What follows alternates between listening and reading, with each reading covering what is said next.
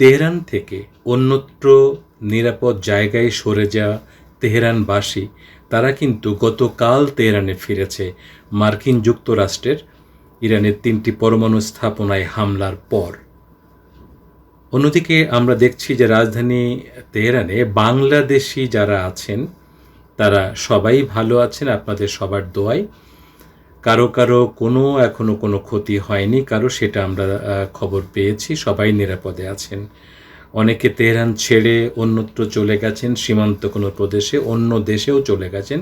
পার্শ্ববর্তী দেশ তুরস্ক, আজারবাইজান, পাকিস্তান এসব জায়গায় অনেকে চলে গেছেন, অনেকে যাওয়ার পথে আছেন। বাংলাদেশের দূতাবাস তেহরানস্থ তাদের সহযোগিতায় এবং তত্ত্বাবধানে কয়েকটি ধাপে বাংলাদেশিরা যারা দেশে ফিরে যেতে চান তাদের যাওয়ার উদ্যোগ নেওয়া হয়েছে। তেহরানে ফিরে এসে গণমিছিল করেছে বিভিন্ন জায়গায় এটার প্রতিবাদ জানিয়ে। এবং সবচেয়ে বড় কথা হচ্ছে ইরানের 16 কোটির বেশি মানুষ সবাই কিন্তু সামরিক প্রশিক্ষণ প্রাপ্ত। ফলে এখন এই যুদ্ধের ময়দানে তেহরানের বা ইরানের 16 কোটি বেশি মানুষ তারা যোদ্ধা।